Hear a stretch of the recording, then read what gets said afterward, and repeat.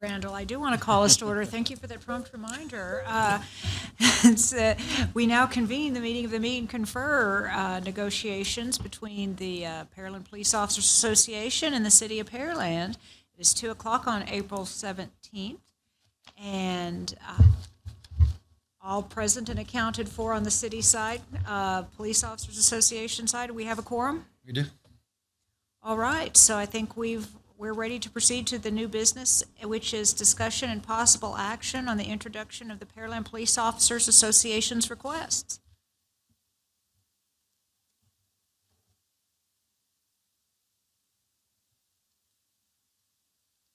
Okay, so I guess I get started. Good morning. Afternoon, yes, it is afternoon. Sorry, good afternoon. You all know me, but my name is Scott McReynolds. I'm the Vice President of the Pearland Police Officers Association and also the spokesman for the Meet and Confer Committee for them.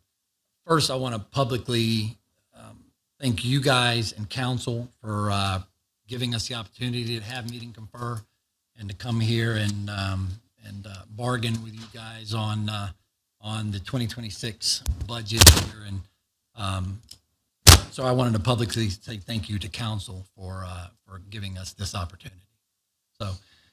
So we're here today for the 2026 budget year Police Officers Association Meet and Confer. I want to start with a quote that we've heard, all of us here have heard numerous times in some form or fashion. And that is, I believe that we have the best officers working for the best department in the best city in the state of Texas. We know that to be Mayor Cole. He's said it pretty much at every meeting that ever comes about with the police department. And I bring this up because this is the standard that we want to negotiate off of. In the past, the city has had an affinity for the word average or market standard. And when it comes to pay and benefit, the city has been all about average. Let me give you all an example. Some time ago, the city went out under a previous city manager, but went out. We were paying 70% for dependent coverage for the employees. The city went out, did a study, and found out that the national average was 62. So instead of staying and saying, we're better than that, we're better than the average, the city dropped it to 62%. When we negotiate pay and benefits with CMO's office and council, what we hear every time is we're going to average. We're going to go to average. I don't believe we're an average agency. I don't believe the administration of the police department thinks we're an average agency. I don't believe the community believes we're an average agency. If you were to go look at some of the crime statistics, I believe we're one of the safest cities in the Houston area, if not the state of Texas, statistically. And we've done all of that while being below average in the number of officers per citizens. So I believe the officers are doing a good job. I believe the administration is doing a good job at our agency. In whole, our department is one of the best in the state of Texas in every aspect except pay and benefits. That being said, I'll be referring back to the quote throughout the presentation, but just remember that quote and where we're negotiating from. So the agenda today will be asking for three things. The first thing would be the pay for FY26. We're asking you to bring our compensation more in line with the professional perception of the department and the services that we deliver every day. We'll be asking for time off compensation policy to be revisited so that it incentivizes our members to utilize their earned and accrued time off at no penalty. And we'll be asking for you to reevaluate the vacation policy to provide an incentive for spending a career working at the city of Pearland like I have done, and some of the others sitting on this board. So let's start with compensation. Let me give you a little background on compensation. Last year, the city went out and did a study and used Evergreen to do the study using a multitude of cities across the state of Texas. That was found to be flawed, and some changes were made in that study. During that course, we came to an agreement with the CMO's office. The association came to an agreement with the CMO office of 6 other comparable cities in our area. Okay? Those cities are Pasadena, Baytown, League City, Missouri City, Sugar Land, and Webster. That was the agreement. Those are the cities that we're using in our presentation as far as pay and benefits. So first, currently, we're 4% behind the market. We're 3.68% behind the market on starting salary and 4% behind the market on top-out salary. This is an important fact because this relates back to the next ask, and that is when we negotiated with Assistant City Manager Frazier, the agreement was to bring us to average. Again, the word average, but that was the agreement that they were going to bring us to average. The pay plan that was presented by Assistant City Manager Frazier to us was average, but it was average for the 2024 budget year. The numbers that were used for 2024, that was where they put us average, and they used it for the 2025 budget year. We brought this to their attention that they were using 2024 numbers for a 2025 budget, and then on day one, on October 1st, we were going to be behind the curve again. That has come to be true, and we are currently behind 4%. Therefore, we're asking to be made whole for the 4% in the 2026 budget year that we're currently behind. Based on the statistical data that I just gave to you, that we were put at average and we're currently 4% behind, we believe that it's likely that the comparable agencies will again get roughly a 4% cost of living for the 2026 budget year. So that would make us 8% behind. We ran those numbers to giving an 8% raise. We ran those numbers, and it still left us behind the curve. In conversations that we've had in closed-door meetings with the city manager's office and conversations that I've had with some city council members, I believe that the city of Pearland wants to move off of the mark of average to a more reasonable number that represents the work and the dedication that you get from the Pearland police officers. Therefore, we're asking for an additional 3% to bring us up into the top third of the market. This would be a total of an 11% raise across the board using the current pay plan that we have. So let me give you some numbers. This is the current data as it stands. And just for the record, I have worked diligently with now ACO Randall and Casey to verify these numbers. So I think we agree that these numbers are the correct numbers. But if you look at it, Baytown starts 77.5, Pasadena 76.3, Sugar Land 75.6, Webster 74,100 basically, League City 73.8, Pearland 72,000. I don't know, 72,000, and Missouri City 70,400 or 500. It puts us second to last when we were told we were being moved to average. Again, the difference here, and I want to be very clear about this, the difference here is we use 2024 numbers for the 2025 budget year, which they were aware was happening. But we understand it. There's only so much money in the budget to do it. We understand. That being said, if you look at the numbers for the top out, same thing. Pasadena tops out 106.6, Baytown 103.5, Sugar Land 102.1, League City 100,800, Missouri City 97.1. Again, we're second to last at 96.7, and Webster at 94.8. Again, we were told we would be average. These is not average. It's not. So we took the 4% that we're behind, and we believe because the market moved 4% last year, we believe it'll again move 4% this year. And these are the numbers. So that would be a total of 8% added to our pay. 4% catch-up, 4% COLA for the 2026 budget year. Puts Baytown at 80,600, Pasadena 79.4, Sugar Land 78.6, Pearland 77.7, Webster $77.50, League City 76.8, Missouri City 73.3. So it puts us average for starting pay. On the top out level, we're still significantly below average here, with Pasadena being at 110.8, Baytown being at 107.7, Sugar Land being 106.1, League City being 104.9, 890, us being at 104.5, Missouri City 101, and Webster at 98.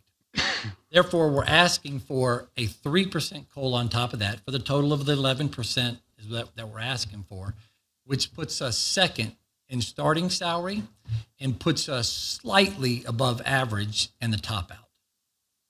And with the 11% and assuming the 4% across the board for the other cities, Baytown would be at 80,600. We'd be at 80,100. Pasadena would be at 79.4. Sugar Land 78.6. Webster $77,050. League City 76.8. Missouri City 73.3. That would be starting. I think this is important because having a high starting salary would really help with recruiting. We currently have quite a few positions open, and I've been here 25 years, and I don't recall a time that we didn't have a position open. We might have, but it was a very, very short time. So we're constantly in the state of recruiting, and raising our starting salary to second amongst our peer cities makes a statement that we're not average. We're better than average, and it makes a statement to the people out there that come and look at the starting salary and evaluate where they're going. Because as you guys know, most of the people that test with us test with these other agencies too. Now, on the top out pay, it puts us just slightly above average. So we're basically third out of the 7 cities, with Pasadena being at 110,800, Baytown 107.7. It put us at 107.6, Sugar Land at 106.1, League City at 104.9, basically. Missouri City 101, and Webster at 98.6. I don't think these numbers are out of bounds. I think they're very fair. And let me, I know 11% can be a daunting number for the city. I understand that. But at some point, the city's going to have to bite the bullet and catch us up. Once they've caught us up in the first year of the contract, we will be caught up, and every contract negotiated there further would be a more reasonable number, 3.5% to 4%, in there, depending on what the market had done the previous year. So this first year, it's we understand the 11% is a big number, but at some time we're going to have to do it. So that being said, those are the numbers that we're basing our findings and asking for the 11% cost of living adjustment across the board for all officers. The second thing that we would like to ask for is a time off compensation policy. So the current state is the compensatory time, vacation time, designated holiday, sick time count against hours worked. This negatively impacts officers' compensation. It's not in line with regional best practices. And it was unilaterally enacted without any notification to the Police Officers Association or any officer, period.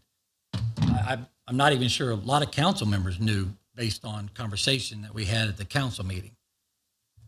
So what we're asking is, we're asking for the previous policy to be put back to the future policy.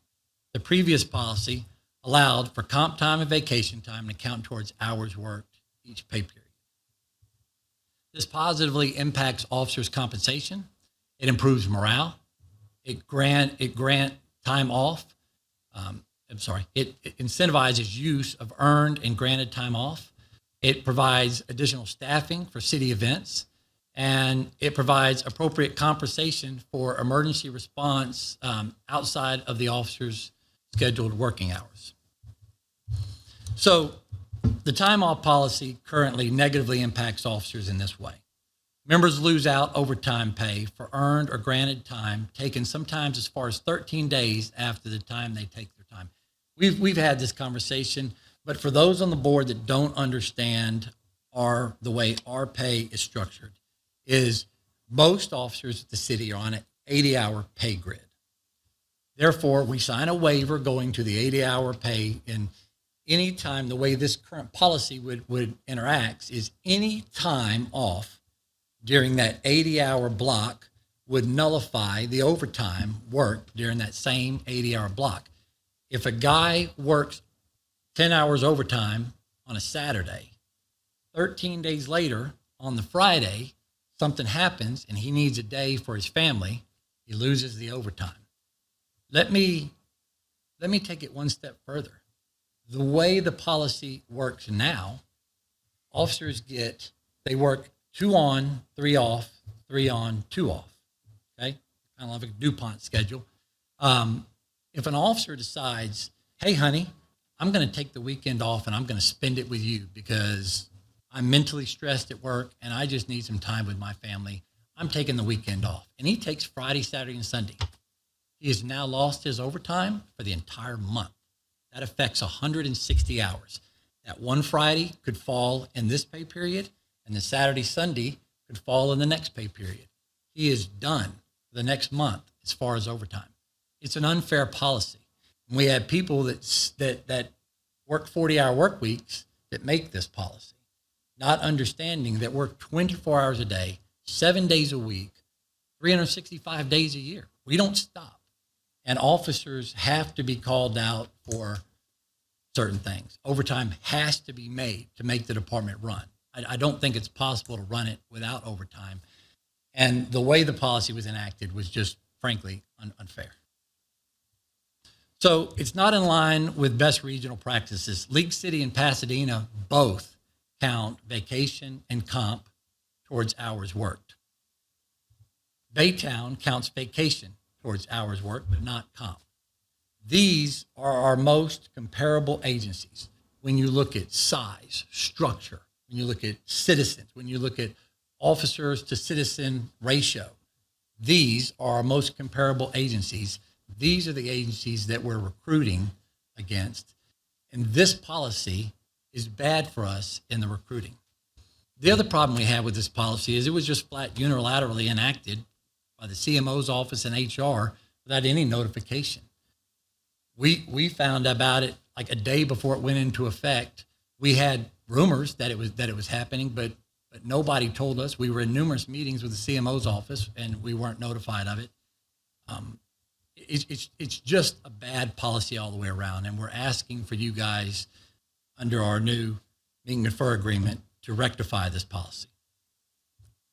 The next thing that we're going to be asking for is earned vacation.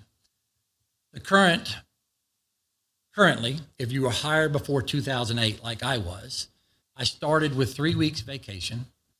I got my 4th week vacation at 15 years, and I got my 5th week vacation at 20 years. If you were hired after 2008, you get your 3 weeks vacation, and at your 15th year, you get your 4 weeks vacation, but the 5th week is gone. What we're proposing is officers get their 3 weeks vacation when they start, that we move the 4th week to 10 years to incentivize officers to be here that long, and we add the 5th week back at 20 years. Now, let me just say this. That 5th week means nothing to y'all right now because every officer that has 20 years is currently under that program. It won't be till 2028 that the 5th year would even come into, that it would be utilized. The 4th week sliding to 10 years, we're asking to do that for a couple of different reasons. We believe that at 10 years, the officers should be able to earn their 4th week. Second off, the Pearland Police Department has done an amazing job with officer mental health. Amazing. We have an officer, Dr. Z. Davis, that is solely dedicated to the mental health of the officers in this department. Y'all are allocating an entire officer's salary to that, which we think is amazing. We do. That being said, it's time for the city to step up and do their part. Give us the vacation time.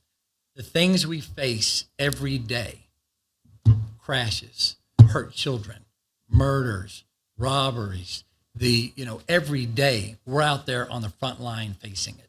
And if you don't believe it takes a mental toll on officers, look just north of us to Harris County. They've had 4 officers commit suicide in the last 6 months. If you look at some studies out there, there is no better way for an officer to be able to cope with what they deal with on the street than having time off and spending it with their family and being able to clear his head. That is why we're asking for the 4th week to be moved to the 10th year. We don't believe it's unreasonable. We believe it's not that expensive. And again, the 5th week at 20 wouldn't even be in effect until year 2028, when the people hired in 2008 would be able to utilize that function.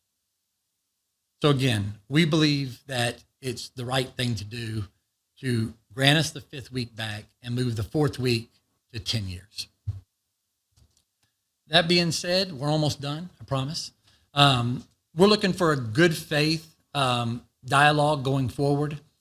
And I'll just read this to you and then I'll kind of summarize it. It would be in the interest of the members of the PPOA that any changes to benefits, incentives, or pay trigger a reconvention of negotiation concerning those items. And I'll just paraphrase this for you.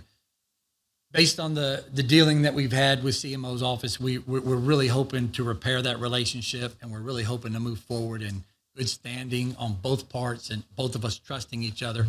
But after the policy change and some other things, we want to have some reassurances that after we have an agreed upon contract, that no policies are changed out from underneath us, like the vacation and comp policy was, that would affect our pay and benefits.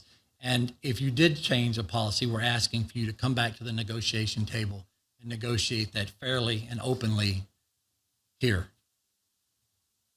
That is our presentation. Thank you guys for listening.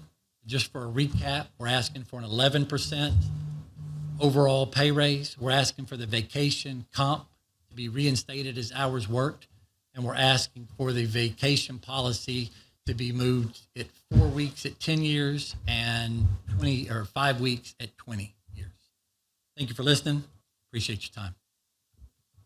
Thank you. Would you mind emailing that presentation to Katie maybe, or to Ron or someone for us? That would be awesome. Because I took notes. I'm not sure it was as comprehensive. I actually have it on a Wish zip that drive they if you would want be. to print it out, Katie, or email it. Okay. Did anybody have any questions before we went to caucus, y'all? Not a question, more of a comment. Double check the employee handbook. I'm pretty sure the vacation that you're talking about is December 31st, 2005, Okay, 5. not 8. So it would go into effect next year. Okay.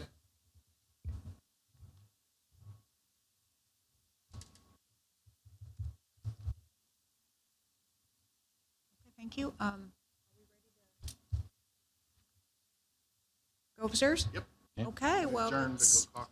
we're going caucus 223. Gee, if we had it on Lexapol, I would have known that.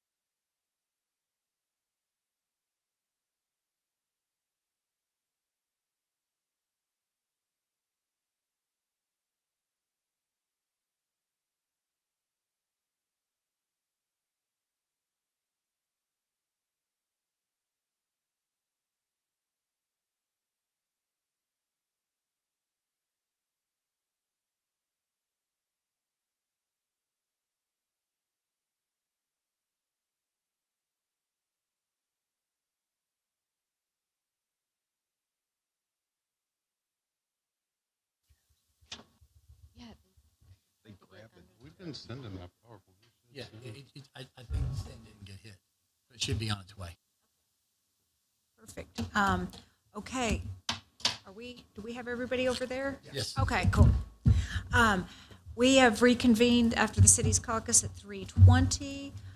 We want to thank you for your presentation, and we're taking it under advisement, and we look forward to meeting with y'all on April 30th in the morning, 9 a.m., right?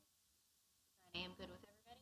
I reserved the room starting at 8, but I did that aloud. That's fine. We were under the impression y'all were going to present today, too.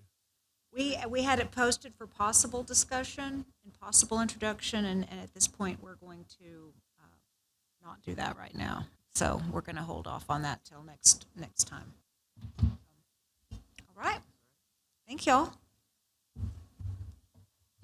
We're adjourned.